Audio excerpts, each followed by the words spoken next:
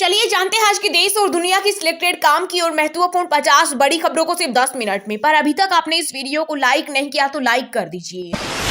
भारत में तेजी से घट रही हिंदुओं की संख्या, वहीं अल्पसंख्यक मुस्लिमों, ईसाई और सिखों की आबादी में हो रहा इजाफा। दरअसल सरकारी पैनल ने 65 साल की स्टडी की है, जिसमें खुलासा हुआ है कि 1950 में हिंदुओं की आबादी 84.68% थी, जो 2015 में घटकर 78.6% हो गई है। पड़ोसी देश नेपाल, म्यांमार में भी आई हिंदुओं की आबादी में गिरावट। वहीं इस दौरान मुस्लिमों की आबादी 43.15% बढ़ी।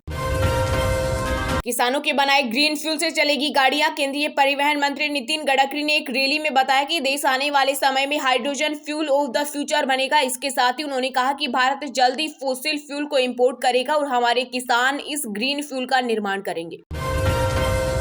56% बीमारियों की जड़ unhealthy diet. Indian council of medical research की स्टडी में हुआ बड़ा खुलासा। आईसीएमआर ने भारतीय लोगों के खान पान को लेकर जारी की गाइडलाइन। कहा, लोगों को अपने खान पान पर विशेष ध्यान देने की जरूरत। नरेंद्र मोदी के झूठे प्रचार से मत भटकना, अपने मुद्दों पर डटे रहना। राहुल गांधी ने बीजेपी पर हमला बोलते हुए कांग्रेस की जीत का किया दावा। बोले, 4 जून को इंडिया की सरकार बनने जा रही है और हमारी गारंटी है कि 15 अगस्त तक हम 30 लाख रिक्त सरकारी पदों पर भर्ती का काम शुरू कर देंगे। साथ ही कहा, इंडिया की सुनो नफरत नहीं, नौकरी चुनो। अगर देश कांग्रेस के हवाले कर दिया गया होता तो हिंदुओं के लिए नहीं बचेगा कोई देश। ईएसी पीएम की रिपोर्ट पर बीजेपी ने साधा निशाना। कहा, कांग्रेस के दशकों के शासन ने हमारे साथ यही किया है। उनके भरोसे छोड़ दिया जाए तो हिंदुओं के लिए कोई देश नहीं बचेगा। पहले हम किसी को छेड़ते नहीं, लेकिन अगर किसी ने छेड़ा तो उसे छोड़ते भी नहीं। महाराणा प्रताप जयंती पर पीएम मोदी ने दिया संदेश। कहा, घास की रोटी खा सकते हैं लेकिन आत्म सम्मान से समझौता नहीं कर सकते। ये संस्कार हमारे महाराणा प्रताप ने दिए हैं। देश के सबसे बड़े सरकारी bank state bank of India का मुनाफा 18% बढ़ा। बैंक ने निवेशकों के लिए डिविडेंड लेने का किया ऐलान। चुनाव के बीच धीरे से लगा बड़ा झटका। प्याज, टमाटर और आलू की बढ़ती कीमतों के चलते वेज खाना हुआ 8% महंगा। वहीं 12% की गिरावट से नॉन वेज के शौकीनों की हुई बल्ले बल्ले। हार्दिक पांड्या के नाम जुड़ा शर्मनाक रिकॉर्ड। दरअसल पांड्या की कप्तानी वाली मुंबई इंडियंस की टीम आईपीएल 2024 में प्ले ऑफ की रेस से सबसे पहले बाहर हुई। इसी के साथ हार्दिक पांड्या के नाम एक शर्मनाक रिकॉर्ड जुड़ गया है।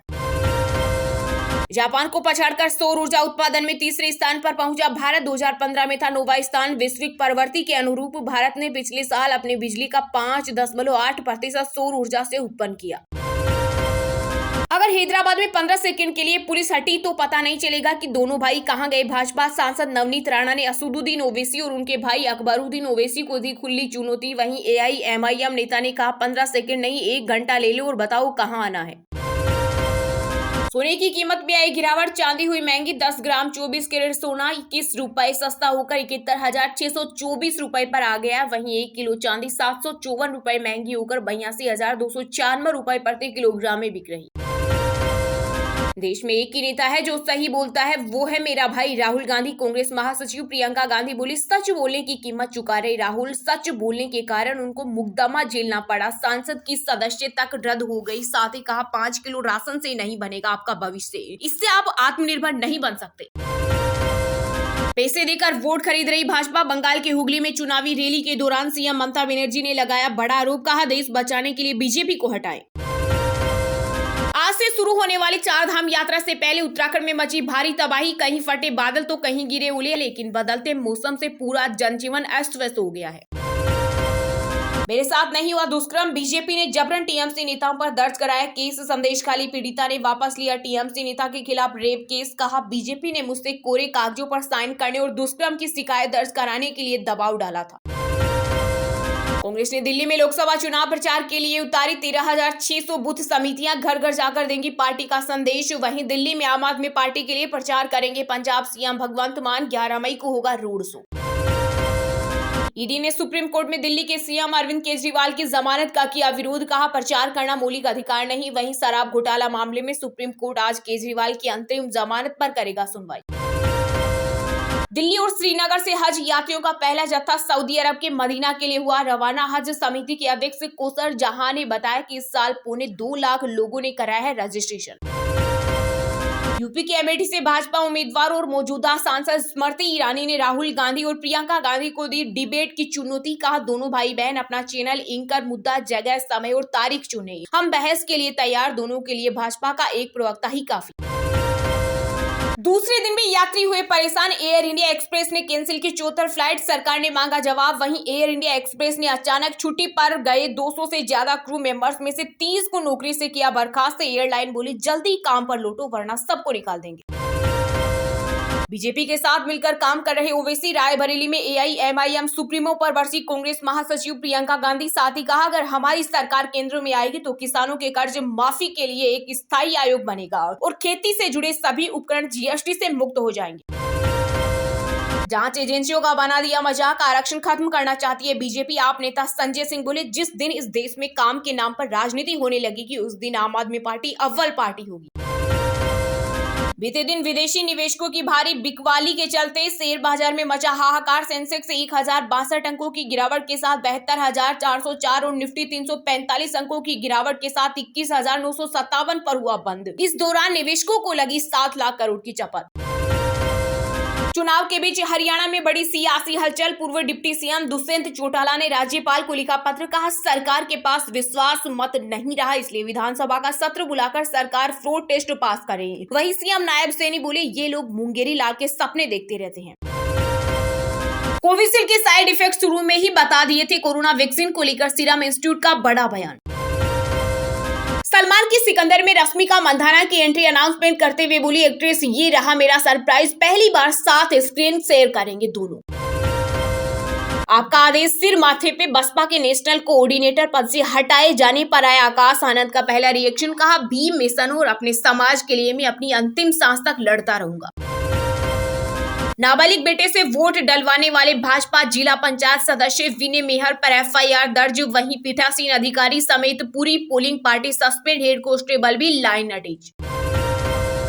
लिव इन रिलेशनशिप मान्यताओं के खिलाफ यह भारतीय संस्कृति के लिए कलंक। छत्तीसगढ़ हाईकोर्ट ने एक मामले की सुनवाई के दौरान कहा, पर्सनल लॉ के नियमों को किसी भी अदालत में तब तक लागू नहीं किया जा सकता जब तक उन्हें प्रथागत प्रथाओं के रूप में प्रस्तुत और मान्य नहीं किया जाता। लोकसभा चुनाव के बीच महाराष्ट्र में विधान परिषद चुनाव का बजा बिगुल। 10 जून को होगा मतदान और 13 जून को आएंगे नतीजे। टीएमसी ने शुभेंदु अधिकारी के खिलाफ चुनाव आयोग ने दर्ज की शिकायत। का संदेशखाली रेप मामला मनगढ़ंत। बीजेपी नेता गंगाधर कयाल ने स्टिंग में कहा था कि शुभेंदु अधिकारी ने टीएमसी नेताओं के खिलाफ रेप के झूठे आरोपों की साजिश रची थी। चलिए अब जानते हैं जो आम आदमी के काम की और फायदेमंद खबरें हैं उनको विस्तार से। पर इससे पहले अभी तक आपने इस वीडियो को लाइक नहीं किया तो लाइक कर दीजिए।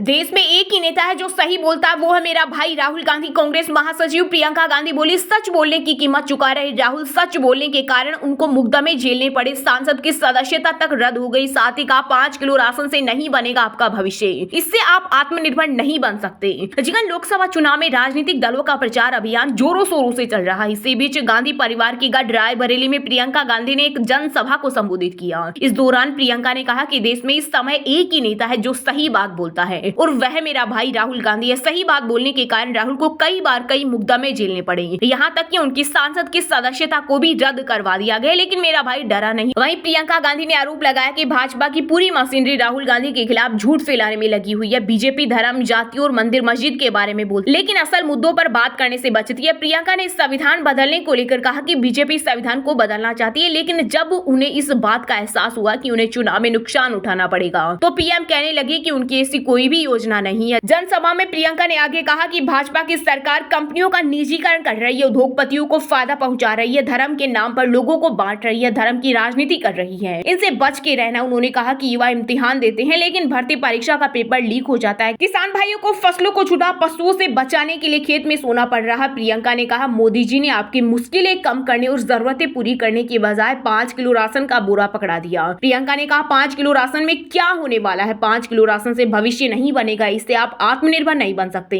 कांग्रेस नेता ने कहा कि अगर मैं आपसे पूछूं कि आप रोजगार और 5 किलो राशन के बीच क्या चुनेंगे तो आप साफ तौर पर रोजगार को ही तवज्जो देंगे। यही है जो आपको आत्मनिर्भर बना सकता है। इस बात को आपको गहराई से समझना पड़ेगा।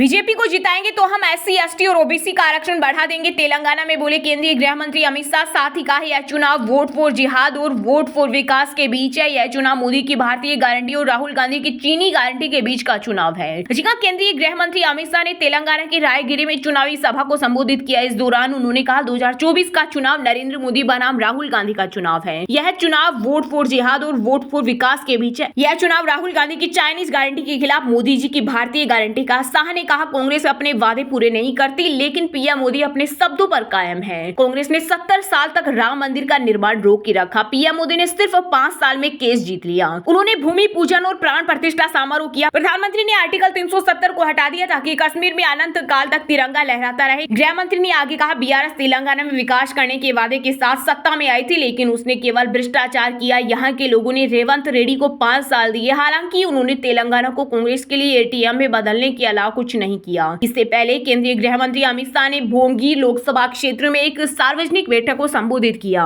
उन्होंने कहा कि 2019 में तेलंगाना की जनता ने हमें 4 सीटें दी, लेकिन इस बार हम तेलंगाना में 10 से ज्यादा लोकसभा सीटें जीतेंगे और इसे भारत का नंबर 1 राज्य बना देंगे। तेलंगाना में यह double digit score PM Modi को 400 सीटों के पार पहुंचा देगा। शाह ने कहा कांग्रेस झूठ बोलकर चुनाव लड़ना चाहती है। इनके नेता कहते हैं कि अगर पीएम मोदी प्रधानमंत्री बनेंगे तो आरक्षण खत्म कर देंगे। पीएम मोदी पिछले 10 साल से इस देश का नेतृत्व एक मत से कर रहे हैं, लेकिन उन्होंने आरक्षण खत्म नहीं किया। गृह मंत्री ने कहा कांग्रेस ने मुसलमानों को 4% आरक्षण देकर SC ST और OBC का आरक्षण लूट लिया है। अगर आप बीजेपी को जिताएंगे तो हम SC ST और OBC का आरक्षण बढ़ा देंगे।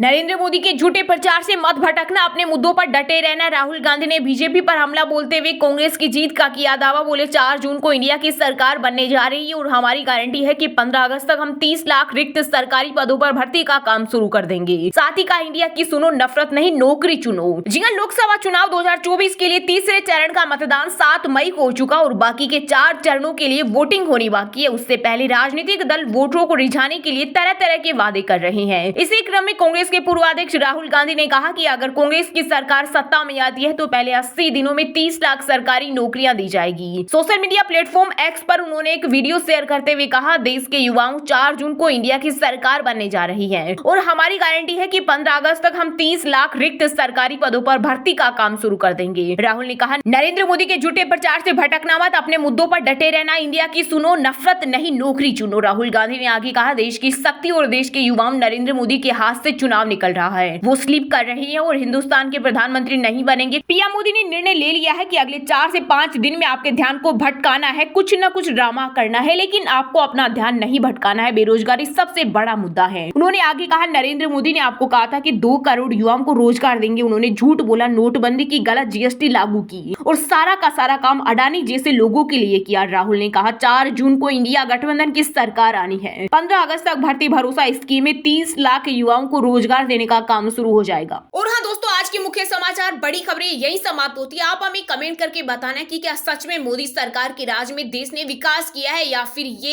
एक जुमला है। और हाँ, वीडियो को लाइक जरूर करना और अपने दोस्तों के साथ व्हाट्सएप, फेसबुक पर शेयर करना और चैनल को सब्सक्राइब करके बेल आइकन को प्रेस कर लेना। मिलते हैं आपको कल देश दुनिया की बड़ी खबरों के साथ। बहुत बहुत धन्यवाद।